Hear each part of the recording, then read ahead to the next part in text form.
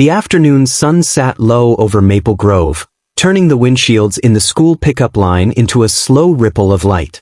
It was the kind of calm, ordinary weekday that never makes the news. Which is exactly why what happened next felt so wrong. Because when Ms. Elena Rivera, a kindergarten teacher who'd spent the last 8 hours tying shoelaces and wiping glue off tiny hands, pulled away from Oak Hollow Elementary, she had no idea a patrol car had already decided she was a problem. Not because she'd done anything, but because someone thought she looked like someone who might. And in the next few minutes, one bad assumption would turn into a chain of decisions that almost ruined her life, until a single object in her glove box changed everything. But we're not there yet. Not yet. Because first, you need to understand who Elena Rivera was, and why her calmness in the face of what happened would end up being the most important detail of all. Elena didn't look like a threat. She looked like what she was, a teacher. Her hair was pulled back with a pencil stuck through the bun, her cardigan still dusted with chalky fingerprints from a day of writing letters on the whiteboard. She drove a modest gray sedan that always had stickers on the back window, some cheerful, some slightly crooked, gifted by children who wanted their teacher to remember them even after summer break. Inside the car, there was a faint smell of hand sanitizer and apple slices. A class photo was taped to the dashboard. And in her tote bag, slumped over the passenger seat, were a stack of worksheets labeled Letter M, a half-finished attendance report, and a small gift bag that read, "Thank you for being my teacher." Elena had stayed late because one of her students, a little boy named Caleb, had been struggling. Not with schoolwork, Caleb was bright, but with everything else. Some days he arrived quietly. Some days he arrived angry. Some days he arrived with a bruise he couldn't explain. Today he arrived with a look in his eyes that told Elena, in the simplest language children have, something at home wasn't right. So after dismissal, Elena spoke with the counselor. She filled out a report the way teachers are trained to do, carefully, factually, with no emotion, because emotion can be used against you. By the time she left the building, most of the other teachers were gone. The pickup line had thinned. The parking lot felt spacious and empty. And as Elena pulled out, she exhaled like she'd been holding her breath all day. That's when she saw the patrol car. At first, it was just headlights behind her, hanging back. Not unusual. This town was full of patrol cars that liked to idle near the school at dismissal. But then the car followed her when she turned. And then it followed her again. Elena didn't speed. She didn't weave. She didn't do anything that would draw attention. Which is why, when the red and blue lights suddenly flashed behind her, her first thought wasn't fear. It was confusing. She signaled and pulled into a nearby grocery store lot, stopping beneath a street lamp that hadn't fully switched on yet. Her hands stayed on the wheel the way every teacher learns to keep them, visible, calm, non-threatening. The officer didn't approach right away. He sat in his cruiser for several seconds, watching. Then he stepped out. He was tall, broad-shouldered, with that rigid posture that made some people feel safe and others feel small. His name tag read, H. Dalton. He approached Elena's driver's side window slowly, one hand resting near his belt. Elena lowered the window halfway. "Good afternoon, officer," she said, voice steady. "Is everything okay?" Officer Dalton didn't respond to the greeting. Instead, he leaned down slightly and looked past her shoulder, scanning the inside of the car like he was expecting to find something dangerous tucked between crayons and tote bags. "License and registration," he said. Elena nodded and reached slowly into her purse. She knew the routine. Teachers were trained for routines. She handed him her license first. Dalton took it and stared at the name. Elena Rivera. His eyes flicked back up to her face. "You live on Pinecrest?" he asked. "Yes," Elena said. "Just a few blocks from the school." "School?" Dalton repeated. "I teach kindergarten at Oak Hollow," she said, trying to sound friendly, neutral. "I just left." Dalton looked back into the car again, this time focusing on the passenger seat, where the tote bag sat open with papers spilling out. "What's in the bag?" he asked. Elena blinked once, surprised. "Just worksheets. Lesson plans." Dalton straightened. His jaw tightened. "You know why I stopped you?" he asked. Elena's stomach did a small, cold drop. No, she said. I don't. Dalton stared at her for a second too long. You failed to come to a complete stop back there. Elena turned her head slightly, glancing behind her, replaying the last few blocks in her mind. The stop sign? She'd stopped. She always stopped. She was the kind of person who stopped even when no one was around. I'm pretty sure I stopped, she said carefully. Dalton's eyes narrowed as if pretty sure was an insult. Step out of the vehicle, he said. Elena froze. Officer, is there something else? Step out, Dalton repeated, louder this time, like volume could turn uncertainty into guilt. Elena swallowed, opened her door slowly, and stepped out into the fading afternoon. She kept her hands visible, palms open, the same way she taught her kids to show they weren't hiding anything. Dalton positioned her near the trunk of her car, angled her slightly away from the open door. Any weapons in the vehicle? He asked. Elena almost laughed, but she didn't. It wasn't funny. No, she said. Of course not. Dalton looked at her like her answer wasn't enough. Any drugs? Anything illegal? He asked. No, Elena repeated, now more firmly. I'm a teacher. Dalton's mouth tightened at that. Teachers can carry drugs too, he said. Elena's eyes widened. I'm sorry, what? Dalton took a half step closer. That's when Elena noticed something.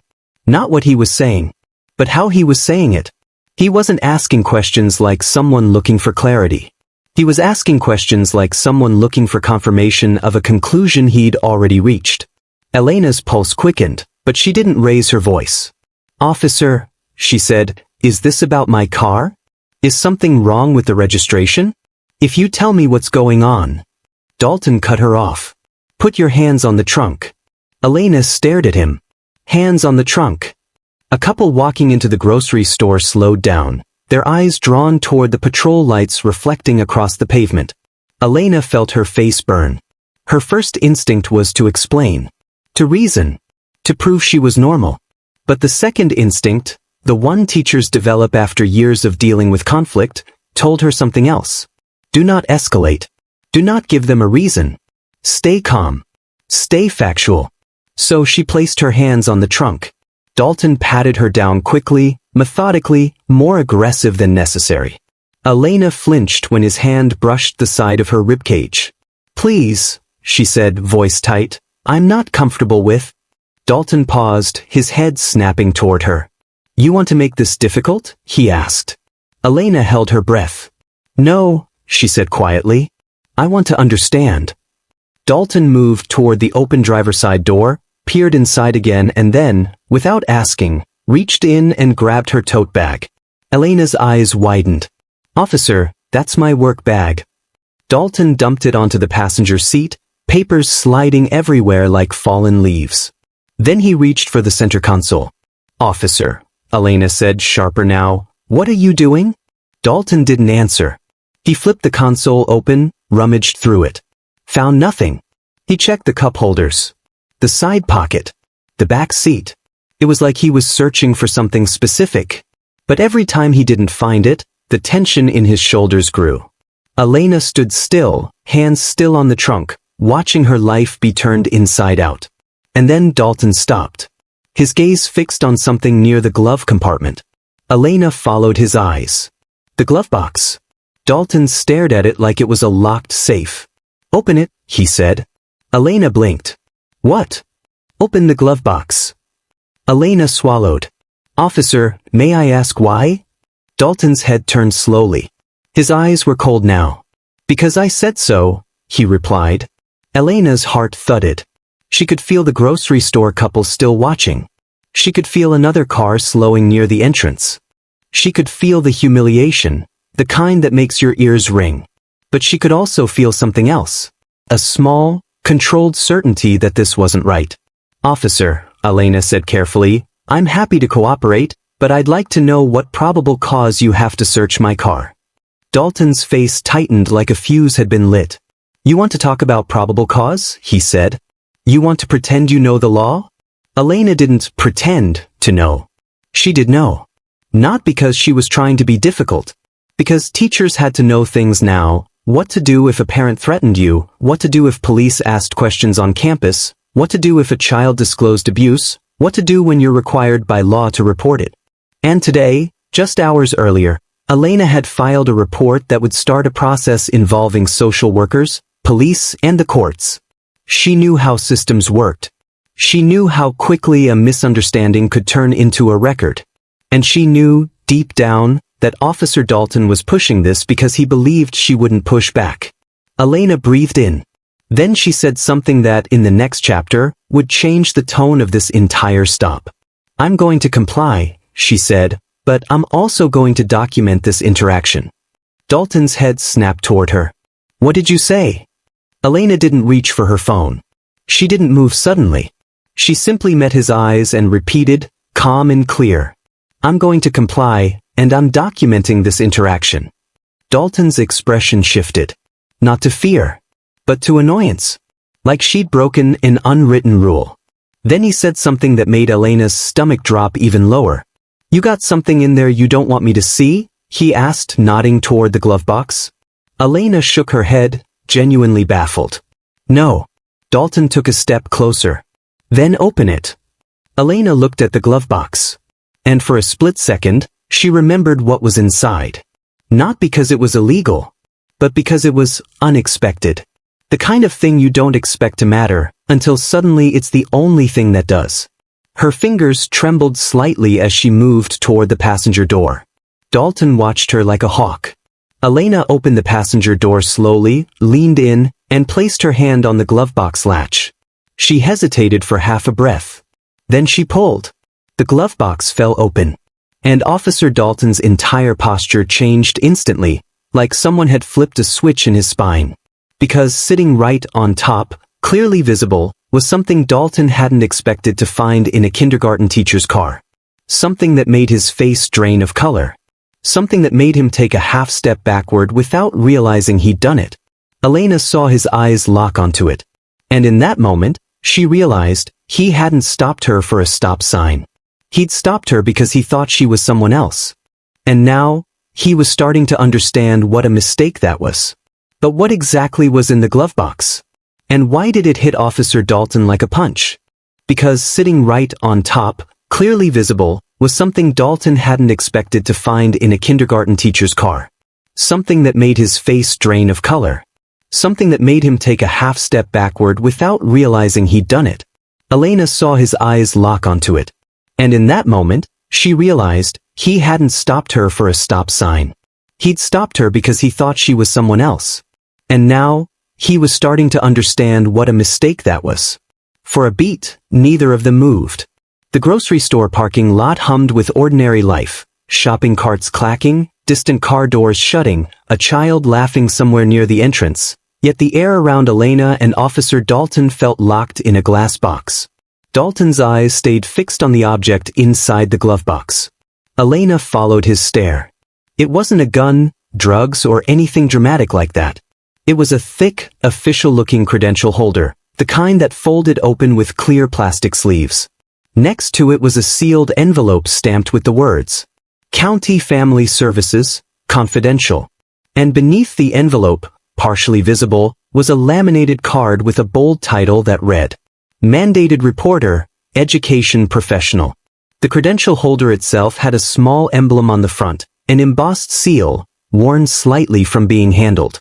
Dalton swallowed. His throat bobbed, subtle, involuntary. Elena hadn't put those things there to intimidate anyone. They were simply where she kept important papers she needed quickly, documents she didn't want lost in her work tote. But Dalton didn't see it that way. To him, it looked like evidence. Evidence not of crime, but of something else. Of paperwork that carried weight. His eyes shifted from the credential holder to Elena. Then back to the glove box. Then back to Elena again. "Where did you get that?" he asked, voice lower than before. Elena blinked, still leaning into the car. "Get what?" Dalton pointed, not with a finger, but with his entire rigid hand, as if he didn't want to get too close. "That," he said. Elena's chest tightened. "My teacher credential? That's not. I'm employed by the district." Dalton's jaw clenched. "Elena Rivera, he said, reading her license again, like maybe the letters had changed. Yes, Elena said. Dalton leaned in closer, just enough to see what was printed inside the folded credential holder. Elena watched his eyes scan. And she saw the exact moment something in his expression shifted from suspicion to calculation. Because inside, beneath the clear plastic, was her district badge, photo, name, school, ID number. And behind it was something else. A second credential card. Not law enforcement. Not a badge. But a county-issued access credential that allowed certain professionals, teachers, counselors, school staff, to interface with protected child welfare systems. And on that card was a phrase that meant very little to most people. But meant something specific to someone like Dalton. Authorized coordinator, child safety reporting. Dalton's lips parted slightly. Child safety reporting, he repeated, as if tasting the words. Elena straightened slowly from the open passenger door. Officer, she said, calm but firmer now, I need to ask again, why are you searching my car? Dalton's eyes flicked past her, toward the grocery store entrance, toward the people staring. He didn't like the audience. Elena noticed he subtly shifted his body to block their view, like he wanted privacy back. Someone called in a suspicious vehicle near the school, he said. Elena's brow furrowed. Near the school? Dalton didn't answer directly. He looked at her again, then asked, You were at Oak Hollow today? Yes, Elena said. I work there. Every day. Dalton's eyes hardened again, but not with confidence. With irritation. Because her answer didn't solve his problem. It made it bigger. Elena could feel the gears turning behind his eyes. She also noticed something else. His earlier aggression wasn't fading. It was being replaced. Not with an apology. With strategy. Step away from the vehicle, Dalton said suddenly. Elena froze. Why? Step away. Elena did, slowly, moving back toward the trunk. Dalton reached into the glove box and pulled out the credential holder and the sealed envelope. Elena's heart spiked. Officer, she said, sharper now, that envelope is confidential. Dalton held it up, turning it slightly like he was checking for something. I can open it, he said. Elena's stomach turned cold. You can't, she said, and this time her voice wasn't just calm.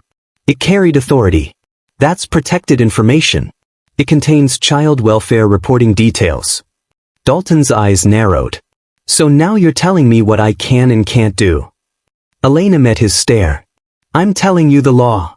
Dalton's nostrils flared. And then he did something that revealed his real fear. He looked toward his cruiser. Then very subtly he clicked his radio mic. Elena heard the static burst. Unit 12, he said, voice clipped, requesting additional unit. Possible situation. Elena's eyes widened. Officer, why are you calling backup? Dalton didn't look at her. For my safety. For your safety? Elena repeated, disbelief creeping into her voice despite her best effort. Dalton kept the envelope in his hand, like it was proof he'd found something dangerous. Then he glanced at Elena again and said quietly, almost like a warning. You want to keep this simple? Tell me what's in here. Elena's hands clenched. It's not about what's in there, she said, it's about who it's about. And you don't have a right to. Dalton stepped closer, cutting her off. Listen, he said, voice low now, dangerous in its calm. People who get pulled over don't get to lecture me. Elena's pulse pounded in her ears. She could feel her throat tightening, not from fear of him, but from fear of the consequences of what he was doing. Because Elena knew something Dalton didn't. And it was sitting in that sealed envelope. Elena had filed a report that afternoon. Not a casual report. A serious one. The kind that triggered a chain reaction. The kind that, once filed, had a clock attached to it, deadlines, procedures, follow-ups. The kind that could implicate adults with power if mishandled. And now an officer who had stopped her under shaky pretenses was holding it in public, threatening to open it. Elena forced her voice steady again. Officer Dalton, she said, I am asking you to put that envelope back. If you believe you have cause, call your supervisor. Dalton's eyes flashed. You think you're special because you teach 5-year-olds? he snapped. Elena didn't flinch. I think you're making a mistake. That was the sentence that turned Dalton's irritation into something sharper. And pride, in situations like this, is gasoline. Dalton took a step back, raised his voice so the onlookers could hear. This driver is being uncooperative, he announced. Elena's eyes widened. I'm not uncooperative. I opened the glove box. I'm cooperating. I'm just asking. Dalton cut her off again, louder. I asked what's in the envelope. Elena's face flushed. People were definitely watching now. A man pushing a cart slowed. A woman near the entrance stopped, phone already lifted slightly like she was deciding whether to record. Elena could feel the humiliation rising again. But she refused to break. Officer, she said, that is a confidential county document. I'm legally required to keep its contents protected. Dalton's eyes narrowed. And I'm legally required to investigate suspicious behavior, he replied. Elena shook her head. Holding a confidential envelope doesn't make me suspicious. It makes me a teacher doing her job. Dalton stared at her. Then his lips curled in a small, ugly smirk. You know what I think? He said. Elena didn't answer. I think you're hiding something, he said. Elena's heart sank. This was the moment when logic stopped matching. When the story in Dalton's head, his assumption, became more real to him than the truth. He moved toward Elena's car again. Elena stepped forward instinctively. Officer, do not open that. Dalton stopped and turned slowly, his expression cold and deliberate. Or what? He asked. Elena swallowed. She didn't have a weapon. She didn't have power like he did. But she did have one thing he didn't expect. Recorded evidence. And she had one more thing she hadn't used yet. Elena reached into her cardigan pocket, slowly, clearly. Dalton's hand twitched near his belt. Elena raised her phone, screen already lit. I'm recording, she said, voice steady. Dalton's face tightened. Turn that off, he ordered. I'm allowed to record in public, Elena replied. Dalton stepped toward her. I said turn it off. Elena didn't move. I'm not interfering. I'm documenting. Dalton leaned close, lowering his voice again, like he didn't want the audience to hear this part. You want to keep your job? He murmured. Elena froze. The words landed like a slap. Elena's eyes widened. Dalton's gaze was hard, almost bored, like he'd said this kind of thing before. Elena swallowed, forcing herself not to react emotionally. Are you threatening me? She asked quietly. Dalton's mouth twitched. I'm telling you how this works, he said. Elena's hand tightened around her phone. And in that moment, Elena made a decision. Not to fight him physically, but to fight him the way systems fight back. With escalation. Okay, Elena said, loud enough for the onlookers to hear. Then I want your supervisor here. Now. Dalton's eyes flashed. He didn't like that. Because calling a supervisor meant paperwork. It meant oversight. It meant he couldn't control the narrative. But Elena wasn't done. She took a slow breath and said the one phrase that, in this town, carried more weight than any badge on Dalton's belt. I also want a district representative, she added. Dalton's brow furrowed. I what? Elena met his eyes. Oak Hollow is part of the Maple Grove School District. I am a district employee.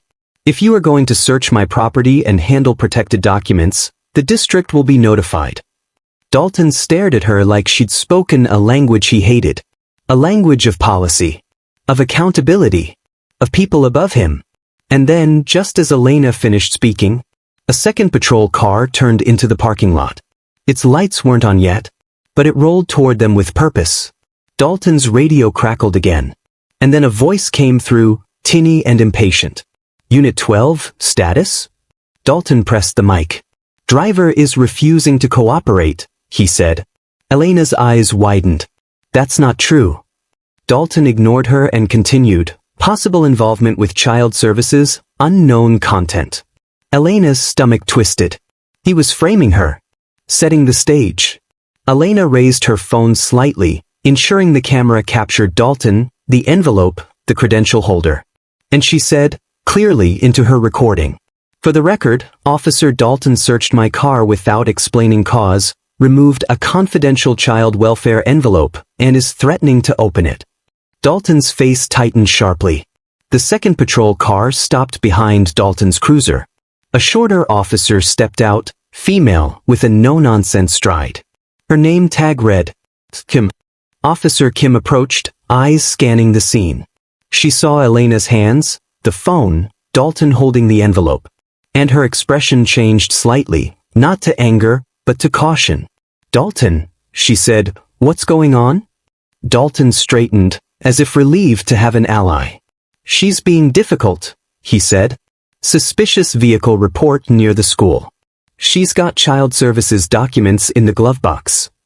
Officer Kim looked at Elena. "Ma'am?" Elena's voice was steady. "I'm a kindergarten teacher. I was leaving work. I opened my glove box at his request. That envelope is confidential." Kim's eyes narrowed slightly at the word confidential. Then she looked back at Dalton. "Why are you holding it?" she asked. Dalton's jaw tightened. "Because she's acting like she's above the law." Kim didn't seem impressed by that. She extended her hand slightly. "Dalton, give it to me." Dalton hesitated. Just half a second. But Elena noticed. And that hesitation told her something important. Dalton wasn't worried about Elena anymore. He was worried about what another officer might realize. Dalton handed the envelope to Kim reluctantly. Kim examined the stamp. Confidential. She looked at Elena. "Is this a mandated report?" Elena nodded. "Yes." Kim's posture shifted, subtle but immediate. Because mandated reports weren't casual paperwork. They were serious. Mishandling them wasn't just unprofessional. It was illegal. Kim looked at Dalton again, her tone sharper. "Did you open it?" she asked. Dalton shook his head. "Not yet." Kim's eyes hardened at the word yet. Elena watched as Officer Kim's gaze moved to the credential holder, still in Dalton's other hand.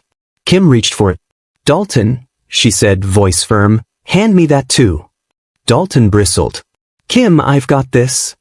Kim didn't blink. "No," she said. "You don't." She took the credential holder from him, opened it, and read. Her expression changed. Not dramatically, but enough that Elena felt a shift in the air. Kim looked back at Elena, her voice calmer now. "Ms. Rivera," she said, "you said you're a kindergarten teacher at Oak Hollow?" Elena nodded. "Yes." Kim glanced back at Dalton, then at Elena again. "Have you filed any reports today?" Kim asked. Elena hesitated for the smallest moment. Then she said carefully, "Yes." Dalton's face tightened. Kim's eyes sharpened. "Was the report about a student?" Kim asked. Elena swallowed. "Yes." Kim's gaze flicked to Dalton again, now with a look that wasn't just caution. It was suspicion. Because if Elena had filed a report, then Dalton's sudden interest in her glove box wasn't just a random search. It could be interference. Kim's radio crackled. A new voice came through. "Supervisor en route. Need 2 minutes." Kim didn't take her eyes off Dalton as she spoke. "Good," she said quietly. Dalton's jaw clenched so hard Elena could see the muscle in his cheek jump. And then Kim said something that made Elena realize the stop was about to become something else entirely. "Dalton," Kim said, "step back to your unit." Dalton snapped his head toward her. "What?" Kim's tone was firm, unmistakable. "Step back," she repeated. "Now." Dalton hesitated again.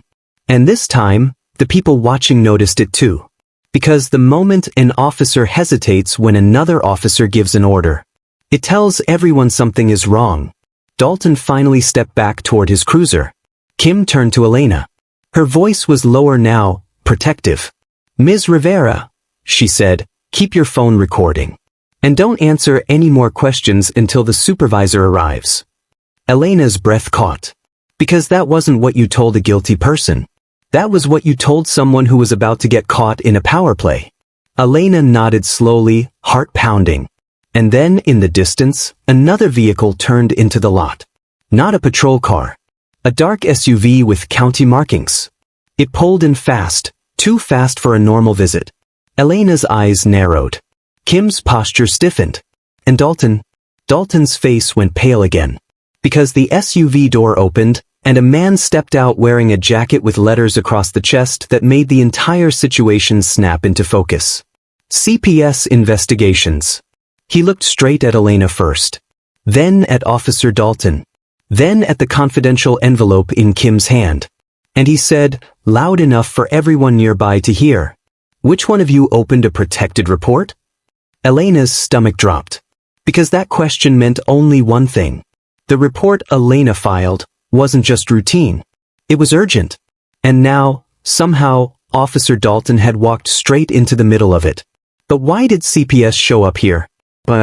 And what exactly was in that report that would make an investigator drive into a grocery store parking lot like it was an emergency scene? The man in the CPS jacket stood beside the dark SUV like he'd stepped out of a different world.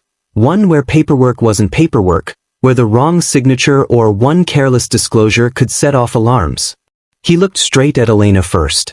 Then at Officer Dalton. Then at the confidential envelope in Officer Kim's hand. And he said, loud enough for everyone nearby to hear, "Which one of you opened a protected report?" For a moment, the parking lot went quiet in a way that didn't feel natural. Even the grocery store's automatic doors seemed to pause mid-swish. Officer Kim tightened her grip on the envelope. "No one opened it," she said quickly. "I have it secured." The man nodded once, like he'd heard that answer 100 times, and like it wasn't enough by itself. "Good," he said. "Keep it sealed." Then he looked at Elena again, his eyes sharper now, not suspicious, focused. "Ms. Rivera?" he asked. Elena's throat felt dry. "Yes." He stepped forward, stopping at a respectful distance. "I'm Daniel Price. CPS investigations." Elena's stomach churned. CPS didn't usually appear in grocery store parking lots. Not like this. Not with urgency written in their stride. Price glanced at her phone. "You recording?" Elena nodded. "Yes." "Keep recording," Price said, without hesitation. Officer Dalton, standing near his cruiser, stiffened like someone had just slapped him with a legal document. "What is this?" Dalton snapped. "Why is CPS here? This is a traffic stop." Price turned his head slowly toward Dalton, eyes cold and calm. "This isn't your traffic stop anymore," Price said. Dalton's jaw clenched. "Excuse me?" Price didn't raise his voice. He didn't need to. "Officer," he said evenly, "we have an urgent child safety matter tied to a mandated report filed today by Ms. Rivera. And I'm here because the system flagged an attempt to access that report outside protocol." A ripple went through the small crowd. It was subtle, one person shifting their stance, another raising a phone higher, but Elena felt the energy change. Dalton's face tightened. Attempt to access? Nobody accessed anything. Officer Kim cut in sharply. "He removed it from her glove box," she said, voice clipped. "And he said he could open it." Dalton snapped his head toward Kim. "Kim." Kim didn't flinch. "You did." Price's gaze stayed on Dalton, unblinking. "You removed a confidential mandated report from a teacher's vehicle during a roadside search," Price said, stating it like a fact in a report. "And threatened to open it." Dalton stepped forward. "I was conducting an investigation." Price held up a hand. "Not aggressive. Just final. Mandated reports are protected," Price said. "The details inside are restricted for a reason. Unauthorized access can compromise an investigation and endanger a child." Dalton's eyes flicked toward the onlookers. Elena noticed it.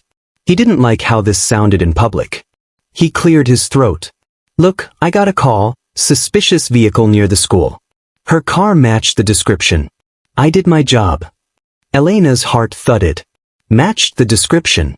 That phrase again. The excuse that could stretch to cover anything. Price turned to Elena, voice gentler. "Ms. Rivera, did you file a report regarding a student at Oak Hollow today?" Elena hesitated. She knew confidentiality rules. She also knew she was being recorded in public. "I filed a mandated report," she said carefully. "Yes." Price nodded. "Did you receive a follow-up call from CPS?" Elena blinked. "No." Price's jaw tightened slightly, Like that confirmed something he suspected. Officer Kim stepped closer to Elena, angling her body subtly between Elena and Dalton. Dalton's nostrils flared. "This is ridiculous," he muttered. "I'm being treated like a criminal." Price didn't even look at him when he replied. "Officer Dalton," Price said, "we have a child at risk. And right now, the bigger question is, why were you so interested in that envelope?" The words landed heavy. Dalton's head snapped up. "I wasn't interested in the envelope.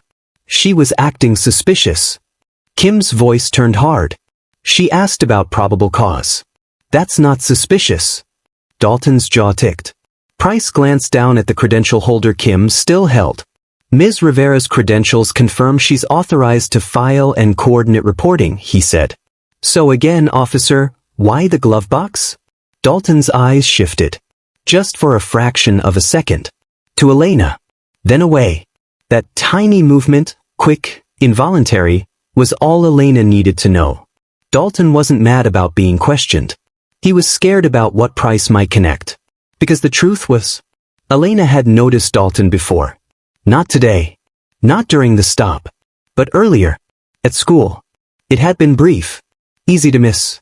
But Elena didn't miss it. Around midday, a police officer had come onto campus. Not unusual. Officers visited schools sometimes. Safety talks. Meetings with administrators. But this officer hadn't gone to the front office like a normal visitor. Elena had seen him near the hallway by the counselor's door, standing with his arms crossed, scanning faces, scanning doors. At the time, she didn't think much of it. Teachers are used to adults moving through schools. But now, looking at Officer Dalton across the parking lot, Elena felt a cold certainty settle in her chest. It was him. And if it was him, then this wasn't random. Price spoke again, voice steady but urgent. "Ms. Rivera, I need you to listen carefully," he said. "Without sharing details of the report, tell me one thing. Is the subject of your report connected to law enforcement in any way?" Elena's breath caught. She felt Officer Kim glance at her sharply. Dalton stiffened like a wire pulled tight. Elena swallowed. Her mind flashed to Caleb. Small hands, quiet eyes, a bruise he claimed came from falling, the way his shoulders curled inward like he was trying to take up less space in the world. And then her mind flashed to the comment Caleb had made that made Elena's stomach twist hours earlier. He'd said it casually, like it was normal. "My mom says we have to be extra good when he comes over, because he gets mad if the house is loud." Elena had asked gently, "Who is he?" Caleb had shrugged. "The police guy." Elena's mouth went dry now. She looked at Price and said carefully, "There may be a connection." Dalton's face drained again. It wasn't dramatic. Just enough that his skin lost warmth. Price's eyes hardened. "That's what I thought," he said quietly. Officer Dalton's voice rose, sharp, defensive. "This is nonsense. You're turning a stop into some conspiracy." Price finally turned his full body toward Dalton. "Then you won't mind if we preserve the evidence?" Price said. Dalton frowned. "What evidence?" Price nodded toward Elena's phone. "Her recording." Dalton's face tightened. "She can't record me." Officer Kim snapped. "She absolutely can."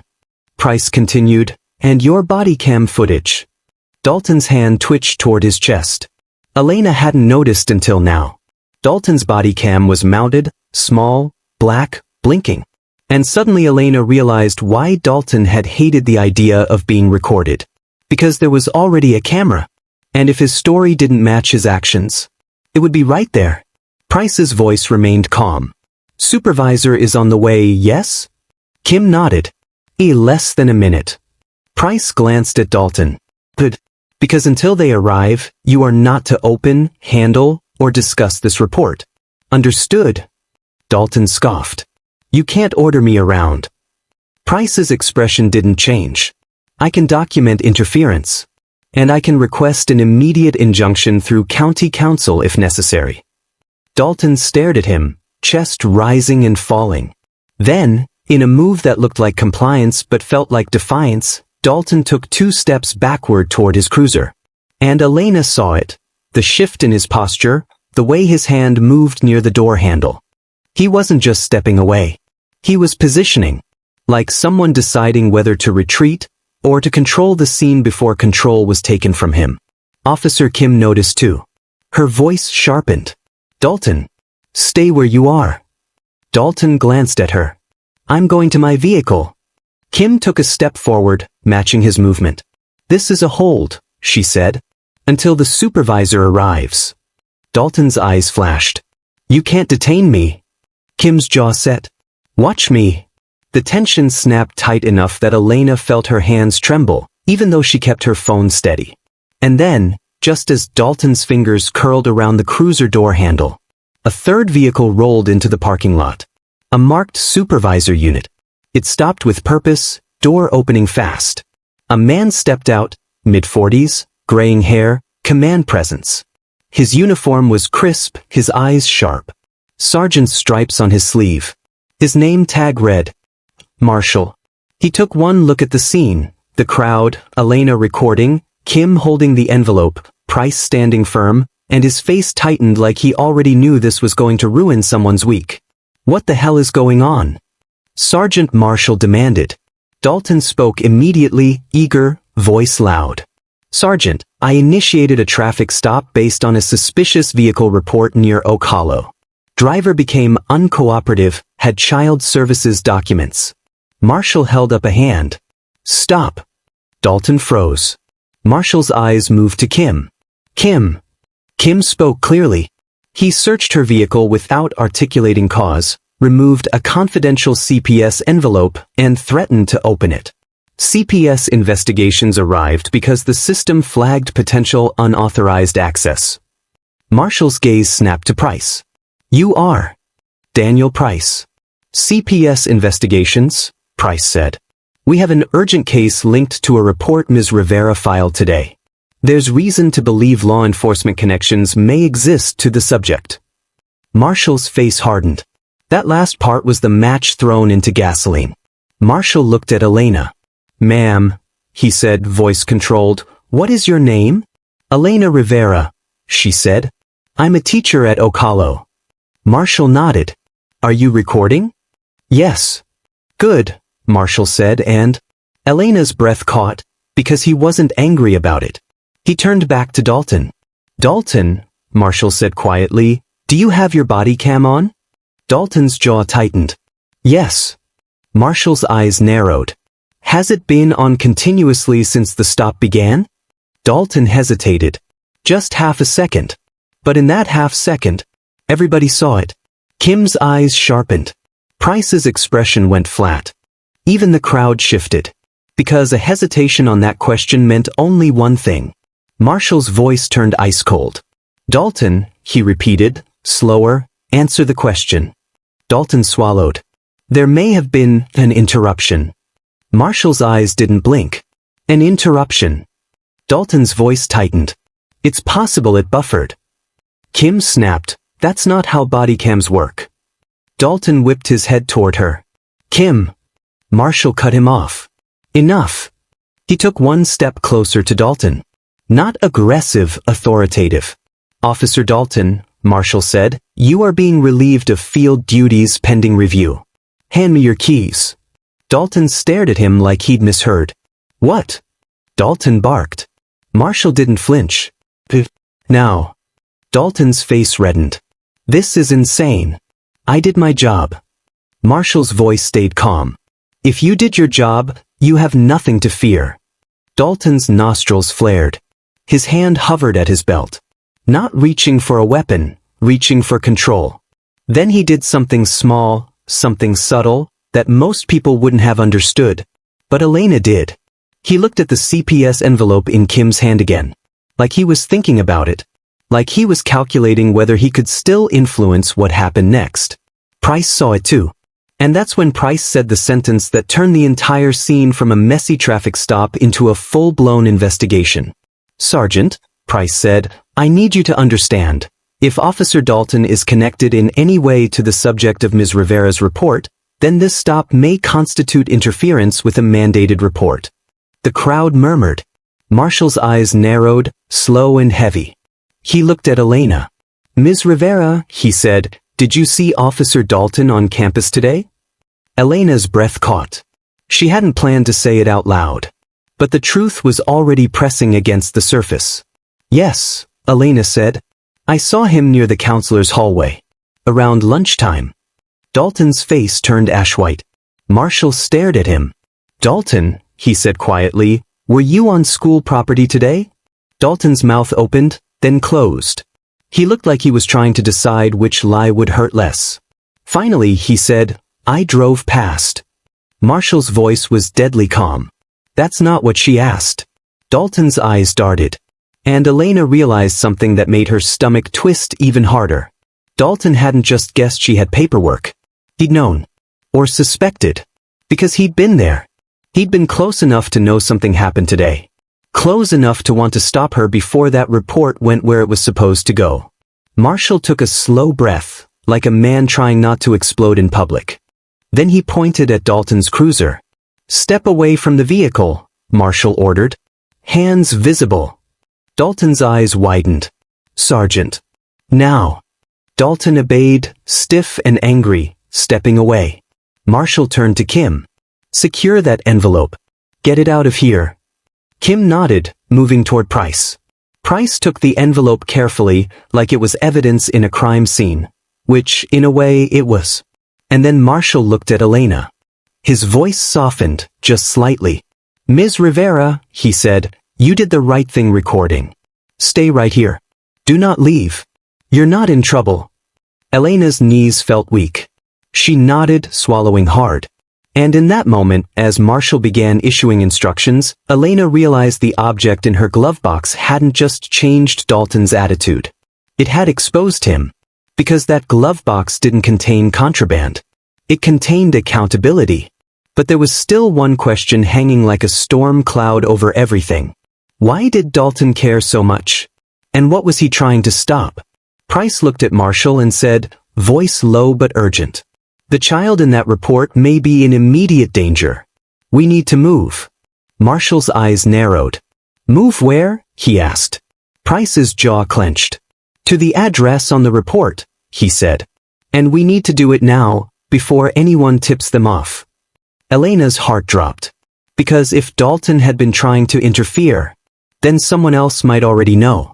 And somewhere, a little boy named Caleb might be waiting in a house that suddenly felt very, very unsafe. Price looked at Marshall and said, voice low but urgent. The child in that report may be in immediate danger. We need to move. Marshall's eyes narrowed. Move where? He asked. Price's jaw clenched. To the address on the report, he said.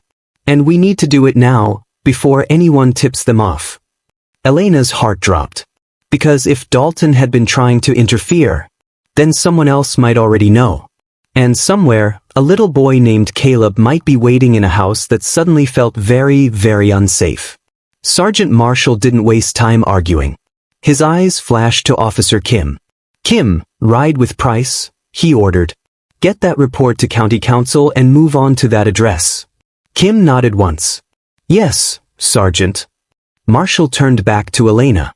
His voice softened, but his face stayed serious. Ms. Rivera, you did the right thing, he said again. But I need you to stay here with a statement officer. Someone will take your report in full. Elena's chest tightened. Caleb, she whispered before she could stop herself. Price heard her. He looked at her, and for the first time since he arrived, his expression showed something like humanity breaking through procedure. We're going to him, Price said. Right now. Elena nodded, swallowing hard. Marshall turned sharply to Dalton, who stood rigid near his cruiser, hands visible, jaw clenched like a man swallowing fire. Dalton, Marshall said, you are not to speak to anyone. You are not to use your phone. You are not to contact any unit. Do you understand me? Dalton's eyes flared. Sergeant, this is... Marshall cut him off. Do you understand me? Dalton's shoulders lifted with a tense inhale, then he forced out, yes. Marshall stared at him for a beat, then signaled to another officer who had arrived quietly during the commotion. Officer Bennett, Marshall said, stand by Dalton. If he moves, you move. If he speaks, you document. If he touches his phone, you take it. Bennett nodded. Understood. Dalton's face went gray. The crowd was fully engaged now, phones raised, whispers spreading. Elena felt the weight of all those eyes, and it would have been overwhelming if not for the one thought looping in her mind. Please be okay, Cale. Please be okay. Price and Kim moved fast toward the SUV. But just before they reached the vehicle, Dalton suddenly lifted his chin and called out, loud enough for the crowd to hear. This is all because she got offended, he shouted, voice tight and angry. I stopped her for a reason. Officer Bennett stepped closer instantly. Officer Dalton, stop talking. Dalton ignored him, eyes fixed on Elena. You think you're some kind of hero? You teachers? Enough. Sergeant Marshall barked, stepping forward like a thunderclap. Dalton's mouth snapped shut. Marshall's voice dropped low, dangerous. One more word, he said, and you'll spend the night explaining it to Internal Affairs. That did it. Dalton fell silent, still rigid, still furious, but silent. Price got into the SUV. Kim followed. The engine started. And as they pulled away, Marshall spoke into his radio, voice clipped and command-heavy. Dispatch, notify County Council and Internal Affairs. Possible interference with mandated report. Priority. Elena closed her eyes for half a second. It was happening. The system, slow, frustrating, imperfect, was actually moving fast for once. Because when you bring a child into it, things change. And because a kindergarten teacher had the courage to keep calm, record, and insist on procedure. The truth was about to catch up to someone who thought he could bend rules without consequence. But what Elena didn't know, what none of them knew, was that Dalton's interference had already set something else in motion. Something they'd only discover when they reached the address on the report. Price drove with urgency but not recklessness. Kim sat in the passenger seat, phone in hand, coordinating. County Council is looping in a judge for emergency orders, she said. We have a case number. Price nodded. Good. Any units nearby? Kim listened to her radio, then replied. The closest unit is 5 minutes out. Price tightened his grip on the steering wheel. 5 minutes can be an eternity. They turned onto Willow Ridge Drive, a quiet suburban street with trimmed hedges, basketball hoops, and the kind of houses that looked safe from the outside. That's how it always was. You never saw the danger until you stepped inside. They pulled up to a tan house with a neat lawn and a small plastic swing set out front. Price checked the address against the sealed report in his mind. He'd been briefed enough to act, but not enough to violate confidentiality. Kim glanced at the house. No vehicles in the driveway. Price's eyes narrowed. That's not a good sign. They stepped out. Kim spoke into her radio. CPS investigations on scene. We need a unit ASAP. Price walked up the driveway, alert but controlled. No shouting. No running. Just the kind of tense focus you see in people who've done this too many times. He knocked. No answer. He knocked again harder. Still nothing. Kim tried the doorbell. Silence. Price glanced through a front window. The living room looked staged. Too clean. Like someone had scrubbed the story out of it. Kim whispered, "Do we have legal authority to enter?" Price's jaw tightened. Emergency child safety exception applies if we have reason to believe imminent danger. Kim looked toward the swing set. Then toward the empty driveway. Then toward a small backpack lying near the porch. Her expression sharpened. That backpack, she murmured. It was tiny. Kindergarten-sized. Price crouched, examined it without touching too much. A name tag on the side read, Caleb. Kim's breath caught. Price stood slowly. He's supposed to be here, he said quietly. Kim's hand tightened around her radio. And then, from the side of the house, they heard it. A faint sound. A soft, muffled thud. Like something heavy being moved. Price and Kim locked eyes. Kim whispered, "Back door?" They moved along the side path quickly, careful not to make noise. The backyard was fenced. The back door was closed. Price placed a hand on the knob. It unlocked. That was all the confirmation he needed. Because if everything was fine, why would the house be empty, except the door unlocked, and the child's backpack outside? Price opened the door slowly. The smell hit first. Not something obvious like smoke. Something sharp. Cleaning products. Too much of it. Covering something else. Kim's voice was tight. "Caleb," she called, loud enough to be heard but not loud enough to startle. No answer. They stepped in. The kitchen counters gleamed. Too clean. And on the kitchen table sat an open bottle of disinfectant wipes. As if someone had been in the middle of wiping fingerprints away. Price moved toward the hallway. Kim followed, radio ready. The house felt empty, but not unoccupied. Then Price stopped abruptly. He pointed at the floor near the hallway. There were faint marks. Not footprints. Drag marks. Kim's face tightened. They followed the marks down the hall to a closed door. Price placed his hand on it. The doorknob was cold. He pushed. The door opened.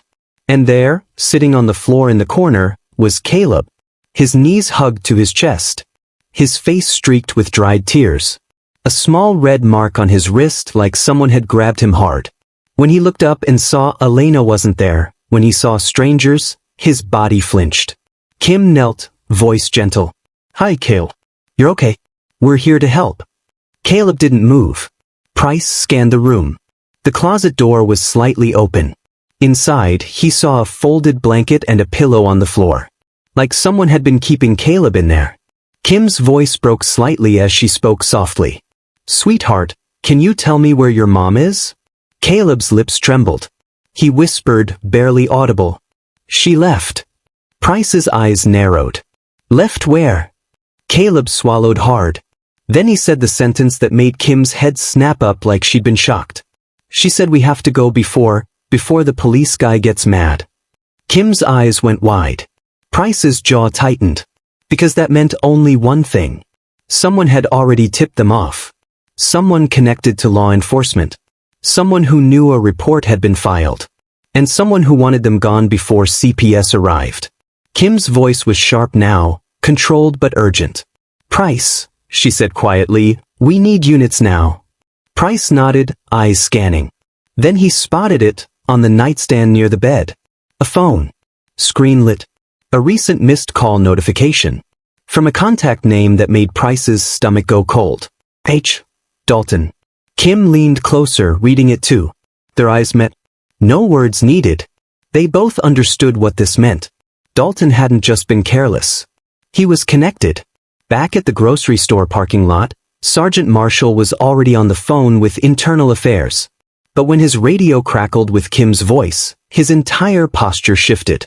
"Marshall," Kim said, voice tight, "we located the child.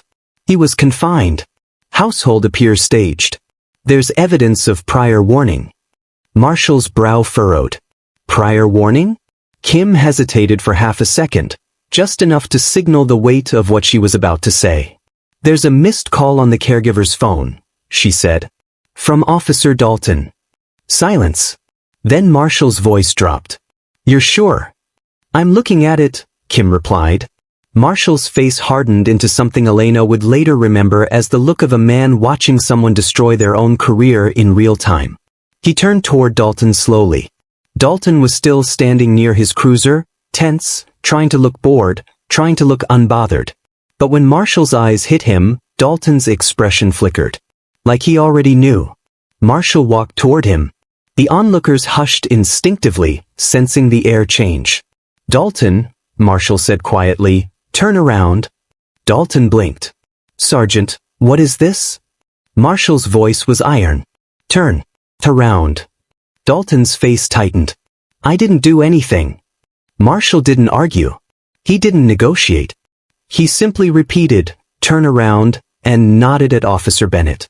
Bennett stepped forward. Dalton's chest rose and fell quickly.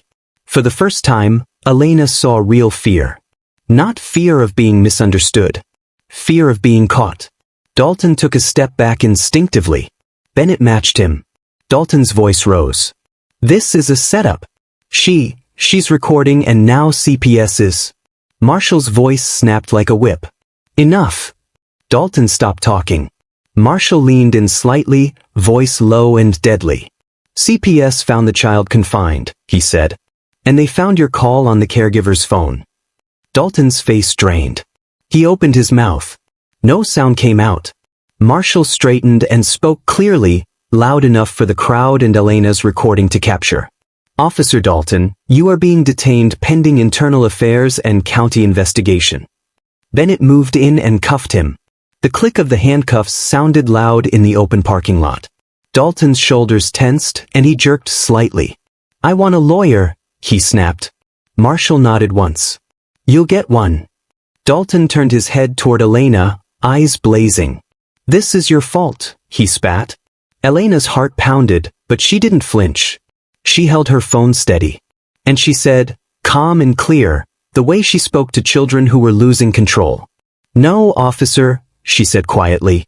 "This is because of your choices." The crowd murmured. Someone whispered, "Wow." Someone else said, "Good." A woman near the entrance muttered, "Finally." And that's when Elena understood why these stories go viral. Because people aren't just watching a conflict. They're watching the moment the world feels fair again. Even if it's just for a minute. Hours later, after Elena gave her statement, after CPS completed the emergency removal and ensured Caleb was safe, after County Council initiated an emergency protective order, Elena received a call. Not from Dalton. Not from the police department. From Daniel Price. "Ms. Rivera," he said, voice quieter now, "Caleb is safe." Elena's eyes filled with tears she'd been holding back all day. "Is he okay?" she whispered. "He's shaken," Price said. "But he's safe. And because you filed that report and held your ground today, we got there in time." Elena closed her eyes. "Thank you," she whispered. Price paused. Then he said, "There's more." Elena's breath caught. "More?" Price's voice was heavy. Internal Affairs is opening an investigation into Dalton. But County Council is also reviewing whether there was a broader network of interference. Elena's stomach tightened again. Price continued, "When someone feels comfortable enough to threaten a teacher in public, and then call a caregiver to move a child, it's rarely the first time they've tried it." Elena's skin went cold. Price's voice softened. "But today it stopped." Elena swallowed hard. "Good," she said, voice shaking. Price hesitated again, then added, "Ms. Rivera, you should know, Officer Kim wants to thank you too. She said your calmness made it impossible for him to twist the story." Elena let out a breath that was half laugh, half sob. "I teach 5-year-olds, she said softly. "Staying calm is part of the job." Price's voice warmed slightly. "Not everyone could have done what you did." Elena looked down at her phone, the same phone that had captured the moment Dalton's confidence cracked. And she realized that the Glovebox object didn't save her because it was powerful on its own. It saved her because it connected her to a system that, when forced into the light, had to respond. And it saved Caleb because Elena had done the hardest thing a person can do in a moment of unfair power. She stayed steady. She insisted on the procedure. And she refused to be intimidated. Now here's the question that should make all of us pause. If Elena hadn't recorded, if she'd panicked, if she'd tried to argue emotionally instead of calmly, would Dalton have opened that envelope? Would he have found the address? Would he have made the call sooner? And would CPS have arrived to an empty house? That's the part that sticks with you. Because we all like to believe the system works. But the truth is, the system only works when regular people, teachers, nurses, parents, refuse to let it work in the shadows. So I want to ask you something, and I genuinely want to see your answers in the comments. Do you think Elena did the right thing by recording and demanding a supervisor? Or do you think she should have stayed silent and just complied to get home safely? And here's a harder one. What should happen to an officer who interferes, directly or indirectly, in a child safety investigation? Suspension? Termination? Criminal charges? Because if you ask me, when a child is involved, mistakes aren't just mistakes. They're consequences. If you made it to the end, you already know why this story matters. So before you go, tap like if you believe accountability should apply to everyone, no matter the uniform. Subscribe if you want more stories where the truth comes out and justice actually gets served. And comment the moment you think Officer Dalton realized he'd gone too far. Was it the Glovebox? Or when CPS showed up? I'll be reading the comments, and I'll pin the most thoughtful takes. Because stories like this don't just entertain us. They remind us what fairness is supposed to look like.